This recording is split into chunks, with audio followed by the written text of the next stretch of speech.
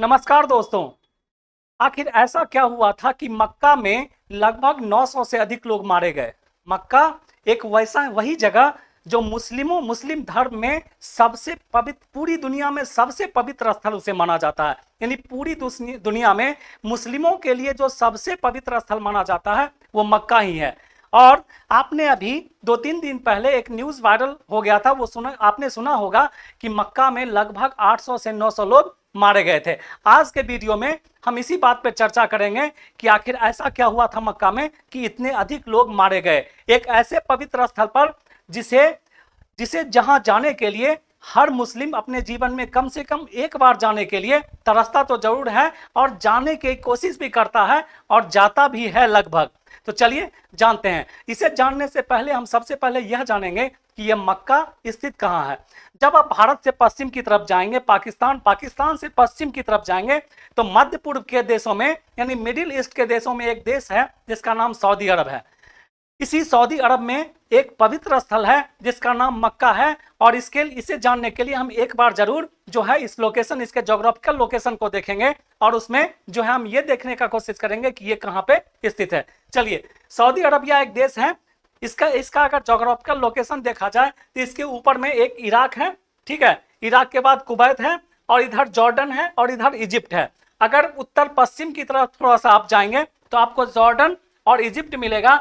North की तरफ जाएंगे तो इराक और कुवैत मिलेगा। इसी में नॉर्थ ईस्ट की तरफ अगर जाएंगे तो आपको कतर मिलेगा। कतर के साथ पर्शियन गल्फ जिसे फारस की खाड़ी कहते हैं वह भी आपको मिलेगा। उसके बाद यूनाइटेड अरब अमीरात मिलेगा और ओमान एक देश है वह भी आपको इसके पूरब में मिलेगा। अगर दक्षिण की तरफ आते हैं तो यमन एक देश मिलेगा और जब आप पश्चिम की तरफ जाते हैं तो आपको रेड सी मिलेगा और यह लोकेशन है उस देश का जिस देश में मक्का स्थित है, आज के वीडियो में हम कई सारे पहलुओं को देखेंगे, कई सारे सवालों के जवाब हम ढूंढेंगे जो शायद आज का वीडियो आपको इसलिए भी अच्छा लगेगा, अगर आप अंत तक देखते हैं तो आपको कई सारा ऐसा पहलू मिलेगा जो शायद जिससे आप पहले अवगत नहीं थे। मुझे उम्मीद है कि आपको अच्छा लगेगा। चलिए, आज के वीडियो में सबसे पहले हम जानेंगे कि मक्का क्या है और यह कहाँ पे स्थित है। दूसरा, इस्लाम के 5 फर्ज कौन कौन से हैं, यानी इस्लाम धर्म में 5 फर्ज किसे माना जाता है निश्चित। उसके बाद पैगंबर इब्राहिम कौन थे, ये तीसरा। काबा किसे कहते हैं, इस्लाम की पहली तीर्थ यात्रा की शुरुआत किसने की थी। हज किसे कहते हैं, हज यात्रा में सर्वाधिक मुस्लिम कहां से जाते हैं और महरम किसे कहते हैं। इसके साथ साथ सबसे बड़े सवाल का जवाब हम ये ढूंढेंगे कि आखिर ऐसा क्या हुआ था मक्का में कि इतने सारे लोग मारे गए।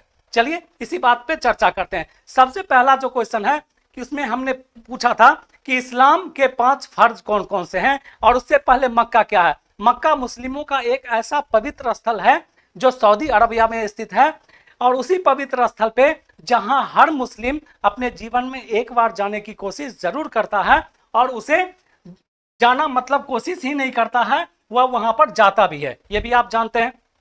यानी वो मक्का ही है जिसे मुस्लिमों का पूरी दुनिया में सबसे पवित्र स्थल उसे ही माना जाता है, ठीक है। इस्लाम के 5 फर्ज माने जाते हैं। इस्लाम धर्म में 5 फर्ज माने जाते हैं जिसमें सबसे पहला है हज, दूसरा है कलमा, तीसरा है रोजा, चौथा है नमाज और पांचवें फर्ज को जकात बोलते हैं। मुस्लिम धर्म में 5 जो महत्वपूर्ण, सबसे महत्वपूर्ण फर्ज हैं उसमें से भी जो सबसे महत्वपूर्ण फर्ज है उसे हज कहा जाता है, ठीक है। चलिए, अब अगला सवाल है कि ये पैगंबर इब्राहिम कौन थे, जानते हैं। तो पैगंबर इब्राहिम वही थे जिन्हें अल्लाह ने कहा था कि तुम एक तीर्थ स्थल बनाओ, यानी एक तीर्थ स्थल बनाने के लिए कहा था अल्लाह ने। और किसे कहा था, तो पैगंबर इब्राहिम को कहा था, ठीक है। चलिए, तो काबा किसे कहते हैं, इस सवाल का जवाब ढूंढते हैं।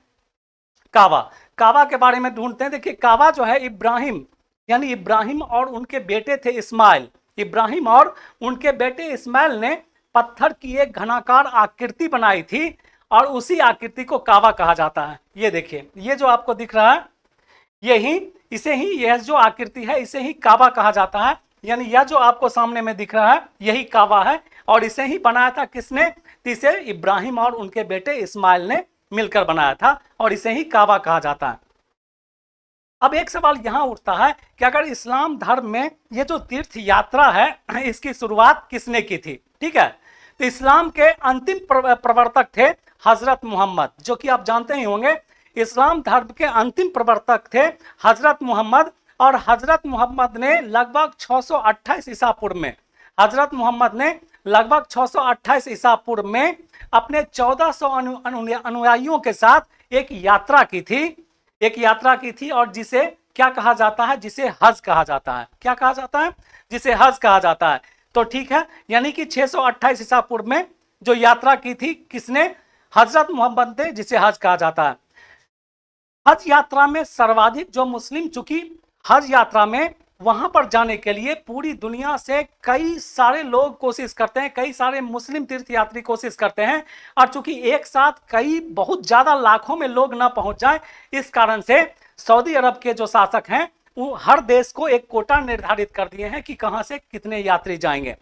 लेकिन उस कोटा में मुस्लिमों की संख्या के आधार पर सबसे ज्यादा जो कोटा मिला है वो इंडोनेशिया को मिला है, उसके बाद पाकिस्तान को मिला है, उसके बाद भारत को मिला है। इस तरह से कई सारे देशों को यह कोटा मिला है जहां से लोग जाते हैं। लेकिन सर्वाधिक अगर जनसंख्या की बात की जाए तो इंडोनेशिया से सर्वाधिक लोग जाते हैं।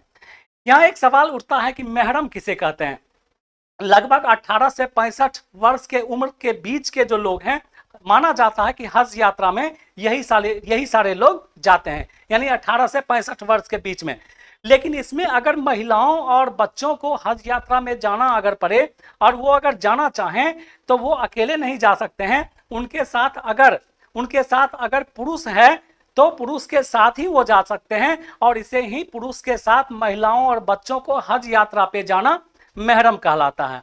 ठीक है, ये बात तो समझ में आ गई। चलिए अब हम बात करते हैं जो सबसे प्रमुख बातें हैं कि आखिर इतने सारे लोगों के मरने का कारण क्या हुआ वहां पे। तो आप जानते हैं कि यह जो है, यानी कहने की बात है कि सऊदी अरबिया जो है एक ऐसा देश है जो रेगिस्तान के बीच में बसा हुआ है, लेकिन ऐसा क्षेत्र पे बसा हुआ है जहां रेगिस्तान ही रेगिस्तान है, जो कि हमने आपको पहले ही बताया।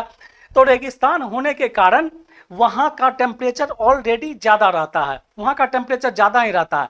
लेकिन अभी हाल फिलहाल में क्लाइमेट चेंज होने के कारण, जलवायु परिवर्तन होने के कारण वहां का तापमान एकाएक लगभग 2 डिग्री सेंटीग्रेड से ज्यादा बढ़ गया। यानी कि अगर मक्का की बात की जाए तो मक्का का जो तापमान था वो तापमान लगभग 11 डिग्री के आसपास पहुंच गया था। 51 से लेकर 51.8 डिग्री के आसपास वहां का तापमान पहुंच गया था, जिस कारण से इस साल लगभग सऊदी अरबिया के सरकार ने 18 लाख लोगों को वहां के यात्रा करने की इजाजत दी थी और वहां पे यात्रा करने के लिए बुलाया था। लेकिन आपको यह पता होना चाहिए कि लगभग 10 लाख से अधिक लोग जिन्हें वहां का वीजा नहीं मिला वो भी किसी तरह से वहां पहुंच गए।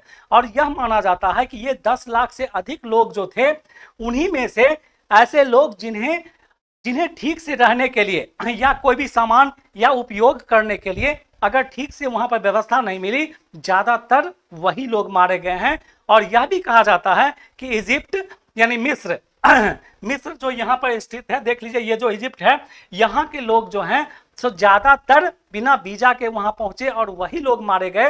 यानी मारे जाने का जो प्रमुख कारण था उसमें एक सबसे प्रमुख कारण था जलवायु परिवर्तन, दूसरा कारण था तापमान का अत्यधिक बढ़ जाना, तीसरा कारण था बिना वीजा के लोगों का अत्यधिक पहुंच जाना। ये कई सारे कारणों के कारण जो है वहां पे ये लोग मारे गए। ये तो अब क्लियर हो गया। रहा बात वहां पे जाने वाले लोगों की, तो आप ये समझ लीजिए कि कोरोना काल से पहले लगभग वहां पे 30 लाख तक लोग जो है सो वहां पर यात्रा करते थे। एक साल में 30 लाख तक लोग यात्रा करते थे। कोरोना काल में यह संख्या घट गई और यह इस साल माना जाता है कि इस साल लगभग 18 लाख लोगों ने वहां की यात्रा की। फिर भी व्यवस्था अच्छी शायद नहीं होने के कारण, जिसके कारण कि सऊदी अरबिया के जो शासक हैं वो काफी इस घेरे में आ गए थे कि वहां की व्यवस्थाएं अच्छी नहीं है, जबकि वहां पर विदेशी सैलानियों के लाखों में पहुंचने के कारण उसे आमदनी तो अरबों खरबों में होती है, लेकिन व्यवस्था नहीं होने के कारण वहां के अधिकांश लोग, इस बार कई सारे लोग मारे गए हैं।